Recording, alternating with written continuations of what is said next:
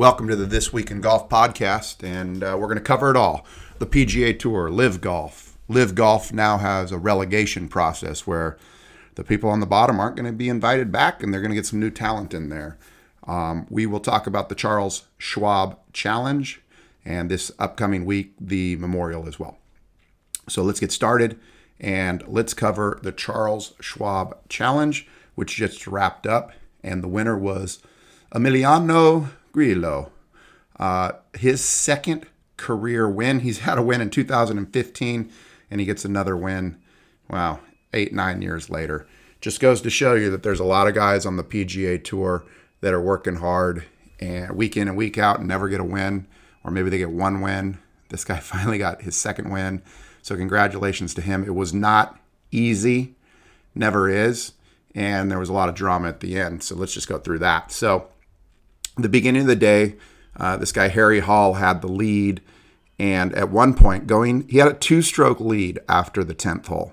He's the guy, he's from England. He was wearing the derby hat like DeChambeau used to wear, and he had a look.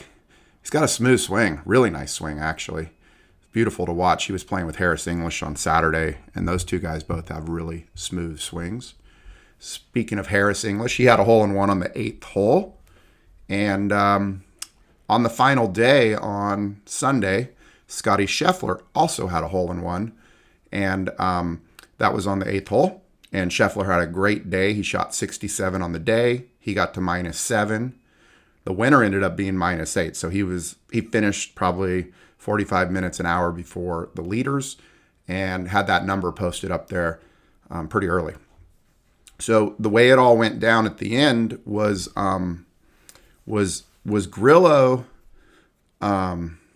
He shot 68 on the day, but he started 6 under at the start of the day, and then he got to 10 under with a birdie on 16. He rolled in a really nice downhill putt, and that gave him a 2-stroke lead with 2 to play. He pars 17, and he still got a 2-stroke lead going into 18, and he hits the ball right.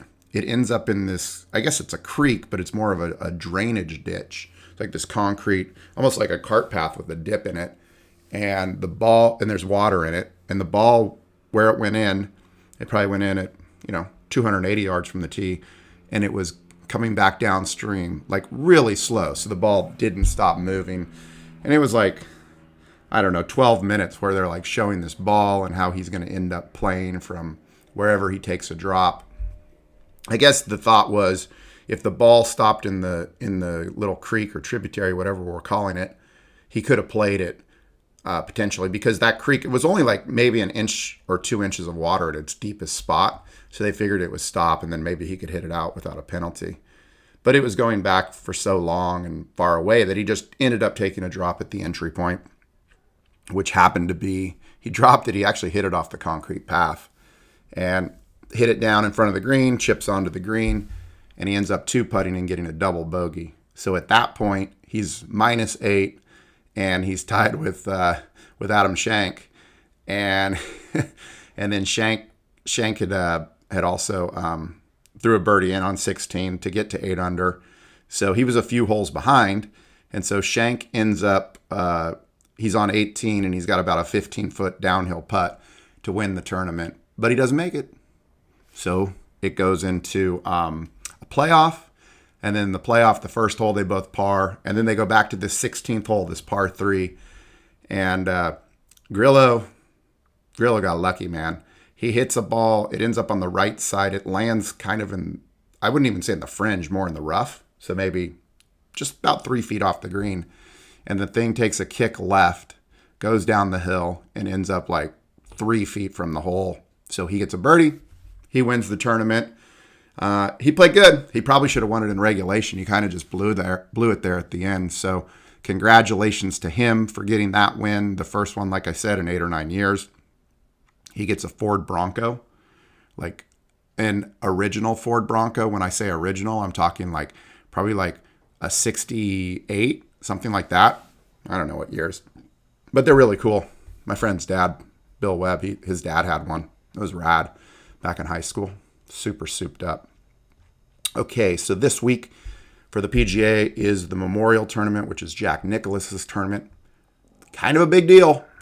Yeah, all the top players will be there. It is an elevated event, and it'll have a full field. So super stoked for that. Another great PGA event. Now, let's talk about LIV and what happened in LIV, because LIV had an event this week as well, and that event was won by HV3, which is Harold Varner III. Harold Varner III shoots 12 under. He wins the LIV DC event. He gets $4 million. Damn, these guys pay good. Man, they pay good. Brandon Grace gets second, $2.5 million. And in the team competition, Team Torque ends up winning it. That's Torque, Torque. And the two main guys in that was Mito Piera. He was 10 under. And then I think it's Sebastian Munoz, but Munoz was 9 under. So those two guys tied for third and fourth. And then here's some interesting one from LIV is that this guy had to fill in for one of the teams. I don't know who couldn't play, but this guy, his name is Andy Ogletree. He fills in for a missing LIV player, and he ends up 7 under par. He ends up tied for 7th, and he makes $600,000. So who knows what he was doing last week, but he made a lot of money over the weekend just by being the alternate. So let's chit-chat a little bit about LIV. And here's one of the things I've noticed about it. It's definitely different, and obviously, but the coverage is different. The highlights on YouTube are 100 times better than the PGA's highlights. The PGA needs to get it together with their highlights and make them better. They're boring. They're boring old golf highlights. They need to look what the competition's doing and step up their game. And one of the things I'll say is I live in San Diego. There's this course north of me in Oceanside called Goat Hill Park. And it's I think it's a par 68. And the guys who founded Link Soul, a couple of them bought this course. It was just in poor condition. They rebuilt the thing, and they call it the People's Course. They allow you to go up there and bring your dogs on the course. They sell beer really cheap. The people that play there a lot of them are locals to Oceanside, which is, I'll just come out and say it. It's a tattooed and t-shirt kind of crowd. It's the People's Course. That's how they build this thing, the People's Course. And people love that course. They do all kinds of events. They have a caddying program for the juniors.